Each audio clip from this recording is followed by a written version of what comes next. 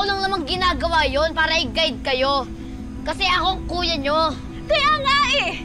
Lahat ginagawa mo kasi ikaw ang kuya namin!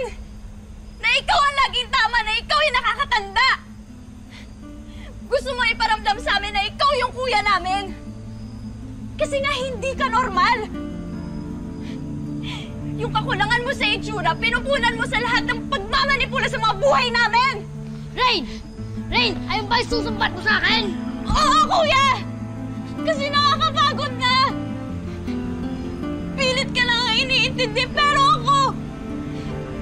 Hindi mo ako iniisip, kuya! Hindi mo iniisip yung nararamdaman ko! Yung nararamdaman mo para sa lalaking yon, kalokohan!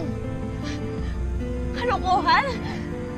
Ano mo nasabing kalokohan, kuya? Hindi mo pa nga nararanasan! Bakit mo pinagkakait sa akin ang isang bagay na hindi mo pa nararanasan? Ano? Kasi alam mong hindi na yun darating sa buhay mo?